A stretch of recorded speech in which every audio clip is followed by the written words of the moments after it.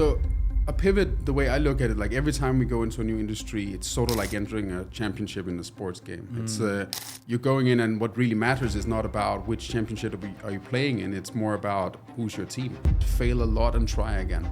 Ideas will change every single time you start a company. Like I constantly have people asking me, I have this idea, should I start the company? And the first thing I tell them is just, I really actually don't care about your idea, because do you have the motivation and ambition and the enthusiasm to actually drive this through? Because you're never gonna actually make this thing here happen.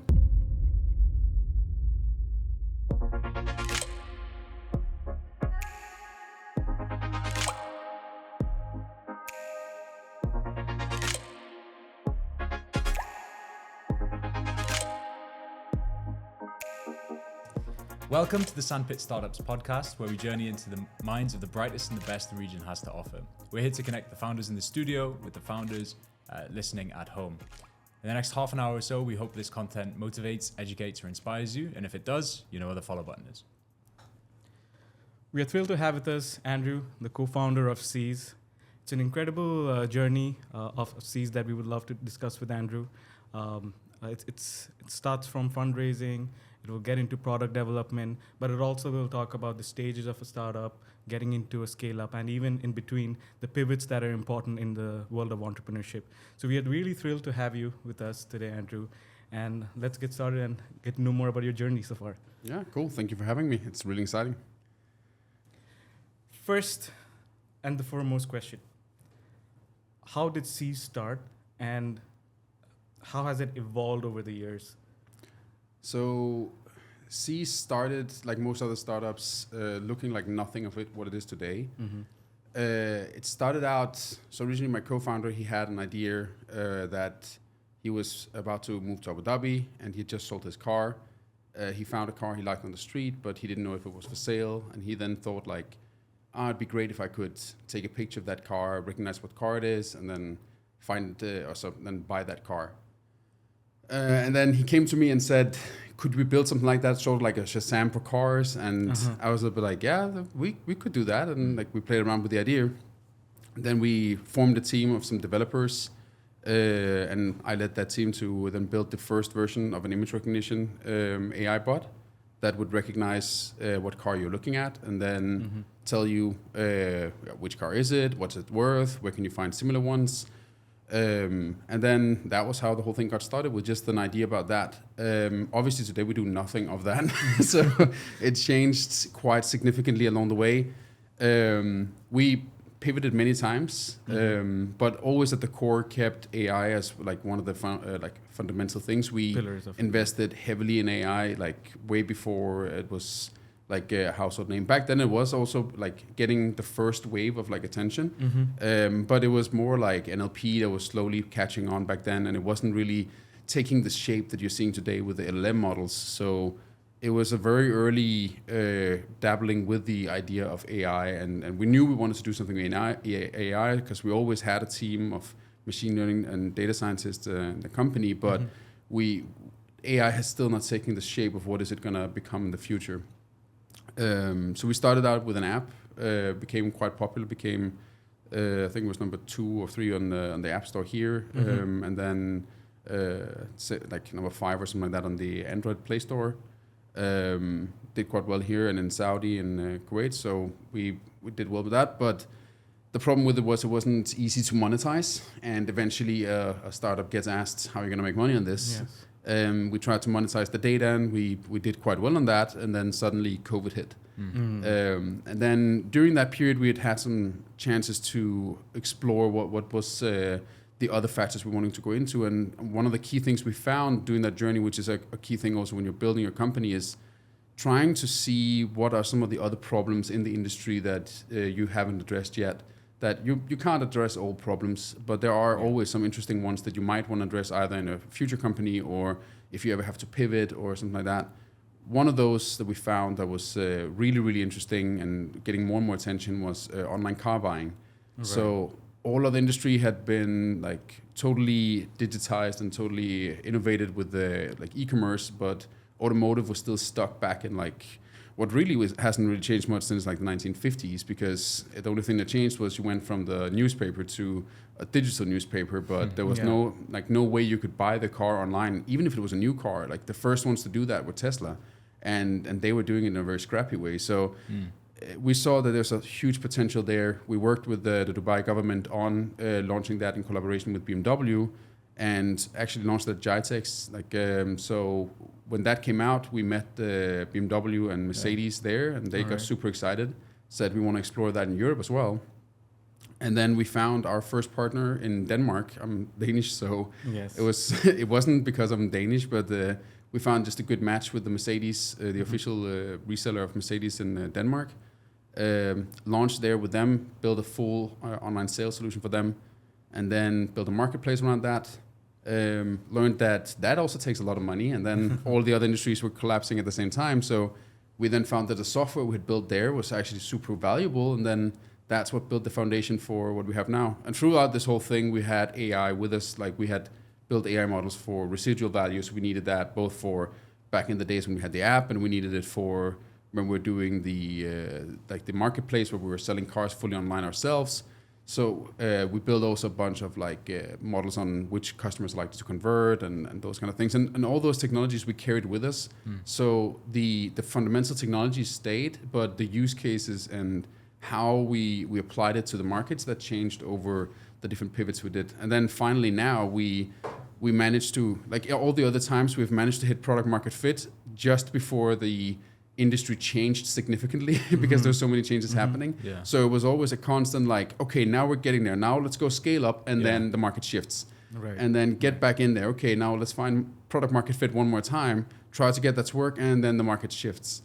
Because we were still getting a lot of customers and all those things, but it was just the valuations of all our competitors were just plummeting. Like we were following the American companies there, and they were just plummeting. So we had to, when they were plummeting, we had to follow suit and say, okay, so either we close or we find another alternative direction to go for. Yeah. So we became good at finding product market fit, but we had to learn how to do it faster so we could actually be ahead of the curve. And now we finally found product market fit ahead of the curve. Hopefully we won't have another turn, because now it's going quite well. But for a long time, it was a lot of hunting the market before it collapsed. Yeah, it's interesting for the listeners as well, because usually the entrepreneurs get married to their first idea, and they find it very difficult to pivot. But however, in your story, you have pivoted multiple times. What is probably a factor apart from, okay, you need to have that resilient mindset that, okay, we'll do this again, we'll improve the product, or we will find that product market fit. But to do it multiple times, you'll have a different set of competitors.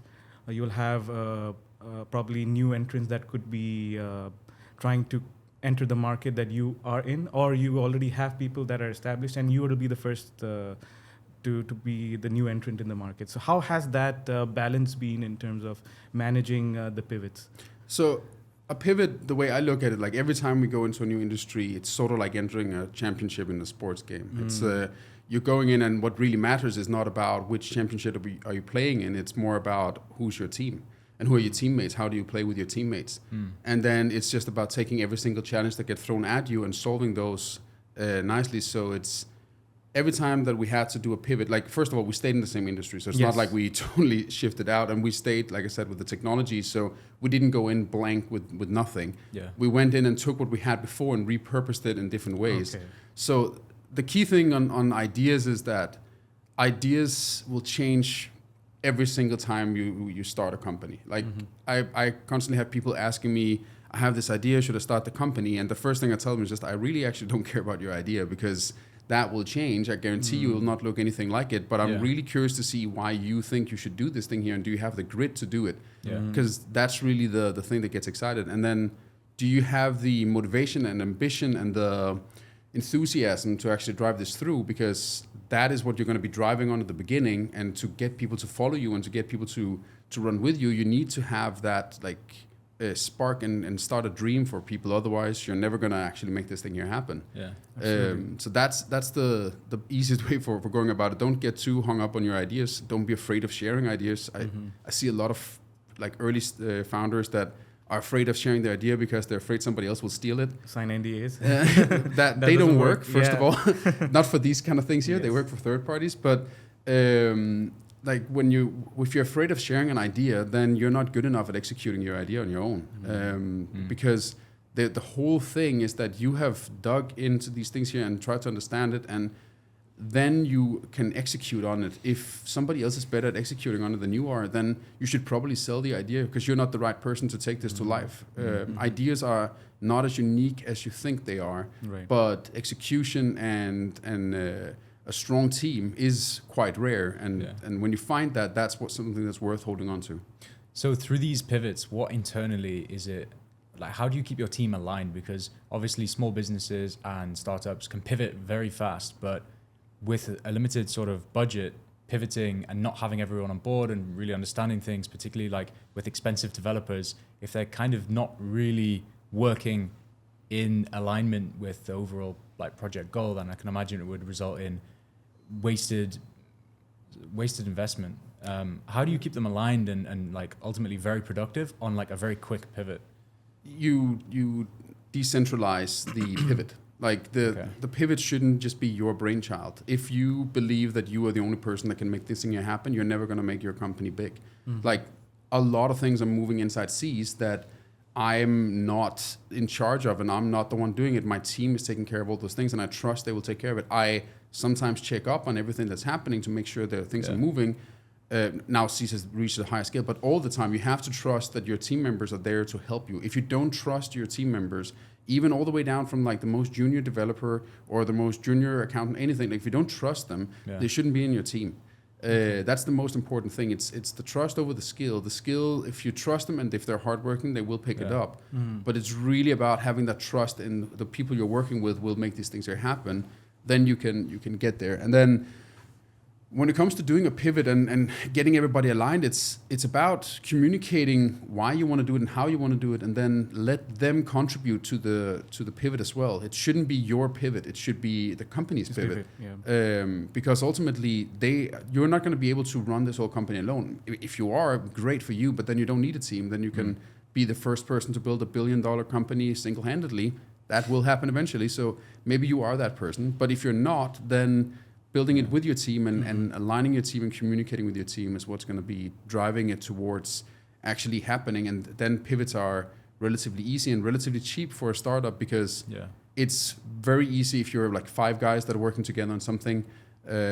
Just pull them into a room and say, hey guys, this thing here is just really not working. Like the platform is burning and we need to get off it.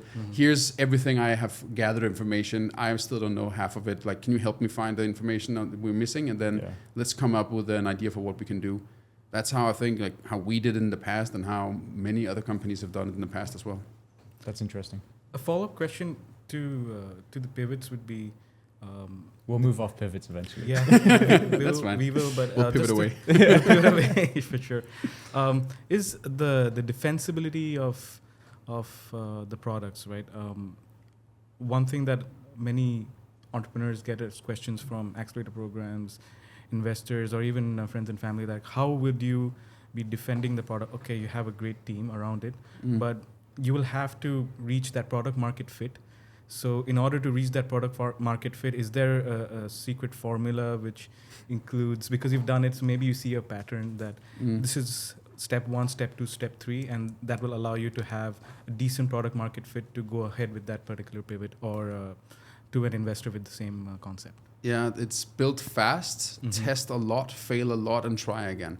Like it's a loop. Yeah, it's a loop. You just keep on going at it, and sometimes you then suddenly sometimes it feels a little bit like wandering in the desert when you're building it because you see nothing coming, you see no interest, you just feel like everything is like horrible, and then suddenly you find this oasis, and then turns out you've actually found like the source of what you're actually going to build the whole company around. It takes a long time, and it is a tedious process.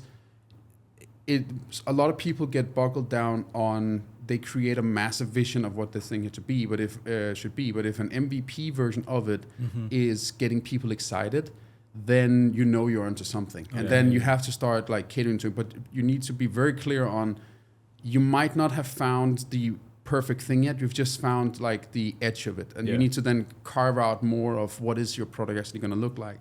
So, for example, the latest one we've built, Caesar, our AI chatbot. When we first found him, we had an idea about what could we do with LLMs and how could that change like customer support and sales support and all the knowledge it had and all that. So we had some ideas for what could happen, but we didn't fully know what was that going to shape into yet. And we could have sat down and spent weeks on drawing out like a mind map of all the things that we would have wanted this to do, or we could do what we did was just go out and try to build the first version in 2 weeks and then test it out and see if it actually worked. We even had, I can admit that now, but like the first version we even had we had the theoretics in the back end working, but we didn't have a front end to show. So we had to like write the stuff in the back end and then show it, like fake it in a front end video because we hadn't built the front end for it yet. So like, this text here comes up and look how fancy the animation is. But there was no front end for it yet. But just because we knew this was happening, and then we would show that video to people and people would get super excited, like, okay, we're onto something here. So it's about just getting something that you can use to get an idea about, does this click in any sort of way? Is there anything here that people like? And then ask a ton of people, like not just your friends and family, they're usually gonna either say yes or no. Like either support you blindly or like say no, that's not a great idea, but they're always going to lie. So what you really want to ask is just random people, and then if you really can ask for them, ask them to pay for it. If you can get them to pay a little bit, then like not even a big amount, like just a small tiny amount, like just a symbolic amount, then you're really starting to show, okay, maybe I have something here. Like at least this guy, I might not have a product that he likes, but he believes that I will find it. So he's willing to invest to get a discount when I finally find it. So that's probably one of the best ways of finding it. So like moving on to investment now, because within our community we have a lot of founders that are very early stage, and a lot of them are seeking investment. Is there any advice you give to them in getting that initial investment? So first you have to go and find your product, right? You have to find something that has product market fit or something that sticks there. But then you really need to build your story and really need to build your like your case around how is this here going to work. You can go and say like, this industry is so big, and you need that. You need to make sure you hit into a big market. You need to make sure that the competitors are not already like miles ahead of you and you're just coming in and trying to create another airline. That's not gonna it's not gonna be a success right now unless you can do something really revolutionary. So in the beginning when you go in there, you have to like you have to assess the market, but then build your story around what is it you're setting out to do, because in the beginning you won't have the product.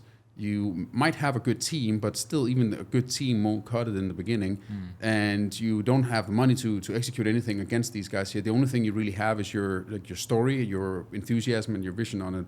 If you really have to talk to those investors, you have to have your fundamentals in place. Don't never forget the fundamentals of, you have to have your forecast, you have to have your market analysis, you have to have your competitive analysis. Or those things are just everything they teach you in business school. Just have that there. But I would say those come they just need to be there. They're they just the fundamentals. But then the X factor is the story. Is that what you're saying? Exactly. What really differentiates you from somebody else is your ability to tell the story and your ability to see the future. That's what they're really investing in, is these visionaries, and visionary is just another word for a good storyteller for what the future will look like.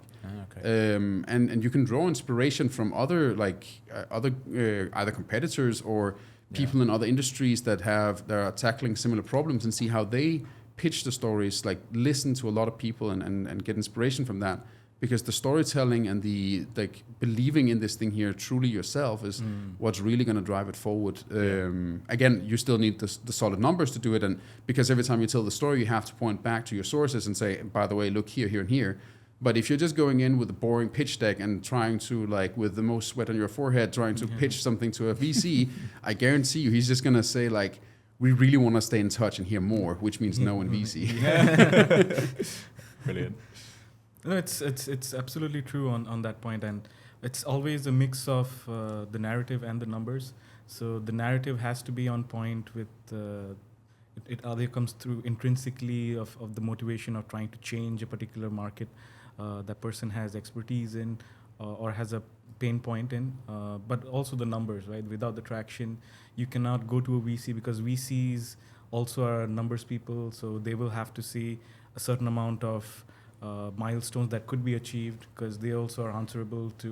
And early indicators. And Early early indicators are indicators, super absolutely. important. That's what I'm saying. Like you have to like build something quick and just get an indicator to build that story around it. Like that's super critical for them to see that there are some early signs. That's what they invest in, right? Like Yeah. VC's job is to find early signs of potential unicorns, and Yes. they're looking for needles in a haystack. So you need to make something shine, and if you can't find anything like in your idea that just is an indicator of, look here what I found, like, and if all these things here line up like the way that we are thinking they will line up, and I don't think it's outrageous to think that they'll line up like this, then I think we're onto something.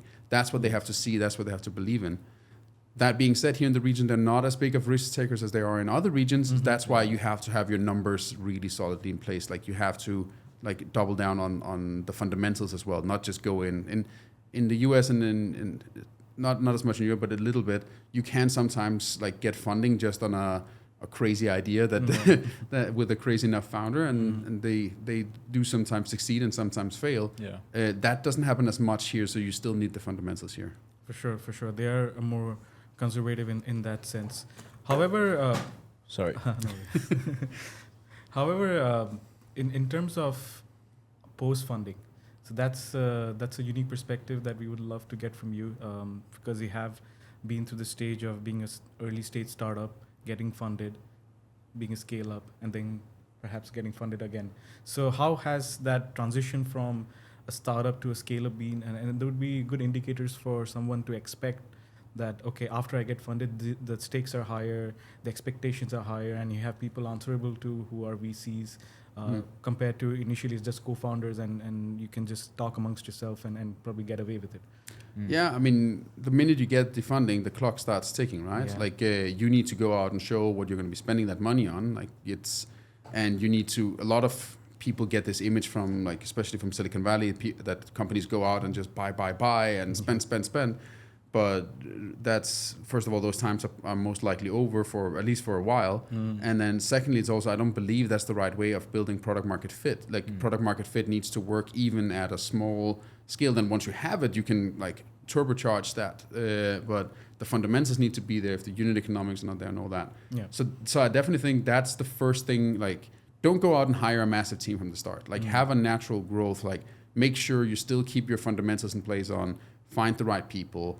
Like invest some time in the hiring process, because trust me, it's very painful to fire people. And you will have to fire people. I have never heard about anybody who have successfully only hired and never fired.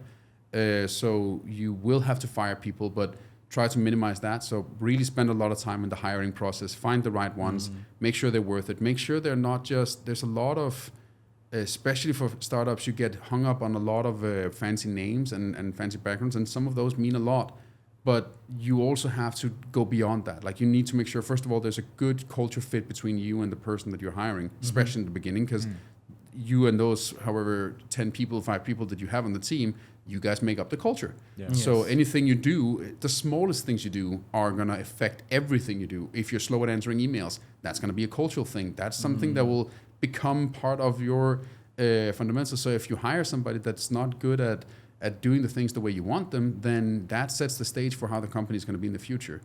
And then once you've gotten the team in place and you've set everything in place, then like you are going to be doing this a few times, because even when you've like secured funding, you don't start like scaling properly yet. You start like you like, especially when you got seed funding, you're basically just trying to build out the idea properly, right?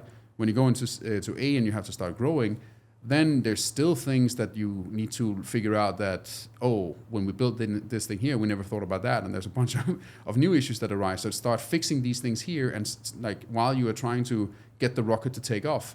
And then it's the takeoff of the rocket. And in the beginning, it will be a little bit forced. Like we spent a long time trying to figure out some parts on how the distribution would function best, and setting up distribution teams and all that. And then finally, when it clicked and we finally got it right, then it really took off. Okay. But it's like, don't be discouraged that sometimes it really feels like you're just like kicking and we're not getting anywhere. Yeah. Because like we had periods where we would meet our targets, but we would like bleed to get there. Now we're finally in a place where it's happening and its own, and it's starting to take that its own snowball effect, which is a great feeling.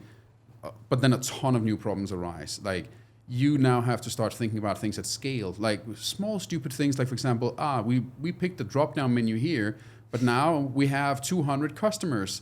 How do you select from a drop down menu without a search function? Like, it's small stupid things that will take 5 minutes to fix.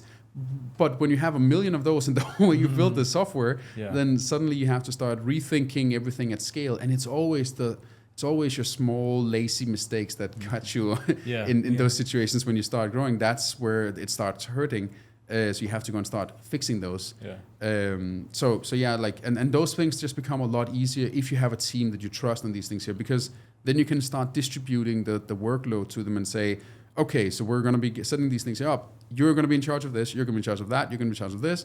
Let's find a way. And then they will work with their teams, hopefully following the same kind of mantra as you, trusting in the team, vetting the team, and setting that up. And then it's about like making sure that everyone, when you get on that journey and start growing, take ownership about what's going to happen. Like, everyone should not go and spend money like crazy. Like, they need to have ownership about, like, we are frugal about the money we've got in. Yes, you might have closed X amount of $1 million, but they can go away really, really quickly if you're not careful with them. Like, so when you go out with the team, they also have to, like, they need to see you being careful about how you spend the money, and they also then need to copy the same thing with their teams to make sure they don't go and buy things they actually don't need to make these things here happen, or sign up for some kind of event that they don't need to be at. Like you want to be at different things and you want to invest in different things, but you need to think about it, and your team needs to think about it as well. So on the note of teams, how are you forecasting workload and capacity when you want to start to scale up, but you're not sure when is exactly the right time to make that new hire? You're always 3 months behind on hiring. Like, you realize, like, you can try to do a little bit of forecasting, and becomes easier as you try to go there. But one general thing is, whenever you find a brilliant mind, like, that is worth, like, if you know you're going to be needing them in the next 6 months, like, hire them and get them on board, and they will, like, make sure they find something there, because, like, you should. One of the key things as a founder is, like, investing in brilliant minds. Like, you need to capture them. Like, if they have drive, if they're smart, if they're independent, they have extreme ownership, then, like, make them join your team and make them like find their way while they're in there. For hires that you need for a specific task, like, you need to, like, start the minute you start seeing signs of you're going to need this one. For example, like, we're scaling up significantly on our AI resources. Like, I have a big AI team or a big data team, but I'm already now seeing, okay, there's going to be a bottleneck a few months from now. We need to start looking. We don't have to hire now, but we need to start looking. So always be searching for, like, people that you need on the team that you imagine you would be needing. It also helps a little bit if you start building a little bit of a foundation for what should your teams look like and so on, so that you can imagine, okay, so if we're going to take on a new thing, I'm going to need a team like this, I'm going to need X amount of people. But it really is much about, like, you will have a sense of, I'm, like, we have a lot of these things here coming, we need somebody to take care of it, or I know nothing about this thing over here, and it's starting to become important, I need to hire somebody to take care of it. And then again, once you found that person, make it their problem. Like, make that, like, their problem to figure out, we need to scale marketing. Okay, now that's your problem. So then is it a qualitative approach, or is it more quantitative, like by speaking, in terms of, like, if it's qualitative, are you, like, speaking to people and finding out the bandwidth based on, like, how busy they are, or is it more, there's, like, metrics you're tracking? You drive them as hard as you can, and then they will tell you when it's too hard, so you will find somebody else. Okay. Like, they will. Yeah, I mean, don't drive them into the ground. But no, but if you have people that are really dedicated and really hardworking, they will also speak up when there is something. They should, otherwise they're, like, they're hallucinating themselves, because they're useless if they burn out. So most of my team I've seen as well, they came to me whenever, like, the workload became too much. We had a conversation, said, okay, let's find somebody to come and take over. But you can also see it. You can see it in, like, they, like, when you interact with them, they will become a little bit slower. They will become a little bit, and it's a sign of, okay, they're now, like, operating at 100% capacity, and while that sounds super nice on efficiency graphs that you're working at 100% capacity, our brains are not set for that. Yeah. Right. So you want to just like let them operate there for a bit, but take the throttle off a little bit. Yeah. You don't ram your car up to like 8,000 rams per minute. Yeah. You, Keep it there. you drive it around like a bit lower, so Yeah. just make sure that you still go fast, but you don't want to overheat. Yeah. So that's the same thing you have to do with the team. Like when you see signs that now they need more people, that's also a start. But most of the time they will come to you and tell you that they need some help, or they need like that there's something we're simply not good enough at. Like you need to listen to your team as well. That's one thing is to hire the right ones, but then also really listen, because like every time you hire a new person, you get 2 sets of ears, 2 sets of eyes, and an extra brain. Yeah. Yeah. Like utilize that. Don't like just let them be worker bees. Let them actually like work independently. Yeah. So like when people are thinking of startups, and I'm talking like layman terms here, they typically think of B2C startups that like, help the everyday person, like Kareem, we all have on our phones, for example. And then that ecosystem makes sense in their head. But being a B2B startup, particularly I'd like to go into marketing here. What sort of challenges do you face in that space? From our side, what we saw the biggest change of is that you go away from this. One of the key things we saw from shifting from the C2B to the B2B side is, first of all, the sales cycle is just so much longer, and you need to have a little bit more patience when it comes to it. Because like on C2B, you can go out and you can post an ad, you can do some like marketing, and you can get instant gratification feedback, and that feels amazing. It's like just you go out, you see, I'm getting some buyers, and then that's just you're getting the ball rolling. It's a really quick feedback loop. Feels amazing. B2B, oh my God, it draws out teeth. But once you've actually closed something, they don't disappear as fast. They give you proper feedback. They stick around, and they like you will find a lot of C2B customers that will buy your product just because it sounds cool. But B2B, like you got to get your shit together, because like, they are not going to stick around if it doesn't work. Right. So with B2B customers, you get trained a lot better on your product market fit, and when you have it, it sticks a lot better. Because for somebody else to come in and copy it, there's also some loyalty with B2B customers. You can have this one-to-one relationship. Like I talk with most of our customers and know who they are and have a relationship with them because they're B2B. It's a lot more secure, isn't it? Exactly. You suddenly have a lot more dependency, and you can hire people that can then start having this dependency. So there's a stronger relationship between your company and that company, because there's not as many entities. In C2B, like we had 2.8 million users. Wait, so you've been B2C then? We were C2B beforehand with the app, and oh, excellent. We had like 2.8 million users, and I had no idea like who these people were. And like randomly, I would find in a cafe somebody like using our app, but it was so weird for me that all they were was just a number on my screen showing in the app store, saying like, you're one of those, but. I didn't talk to them. I didn't see them. I didn't like. The only way I could talk to them was I would send out email blasts, and then some of them would respond, and then I'd invite them in. Yeah. But I didn't know them beforehand. I never met them before they had found my app. So with the B2B, I'm the one who's finding them, or I have a conversation with them, or somebody in my team has a conversation with them. So there's a stronger relationship, which is a very different way of marketing. And it also, again, your story needs to be solid, but you have a lot more time to explain. You can explain something a lot more complex in B2B, whereas in C2B, it has to, like, you have seconds to catch their attention and get them. Whereas in B2B, you can actually go in and explain why this thing here matters to you. You can cater a lot more to them and to their needs. And you can work hard to secure your first sales, which are going to matter like a crazy amount in the beginning. So I don't, in no way do I want to like talk down about like I might have made it sound like B2B is not as nice as I actually prefer B2B because it creates that like personal relationship. And your customers are no longer just a number on a screen. That being said, C2B is the one that gets you famous, and if you want to be famous, like C2B is the way to go. I prefer B2B. I think it's a great way of building a business, and you can build some really powerful stuff, really meaningful stuff as well, because just off the back of a few conversations. Yeah, exactly. And also, like, when you're building B2B, you're building something that people are using in their business, and they're spending like 8-9 hours a day working, and a good chunk of that, they'll probably be using your software. So you're actually making a difference for a lot of people. Yes, you're not going out and building Instagram and changing that or some other app, but you're going out and creating something that makes a huge difference for people that are doing a job and making the world move, I think that is like a noble thing to actually do, even though it doesn't get the credit it deserves, I think. And on the fact of being famous, like obviously brand awareness isn't like a big part of a B2B strategy, let's say, but is there a sense of the sales team needing a bit of brand awareness backing them up? Yeah.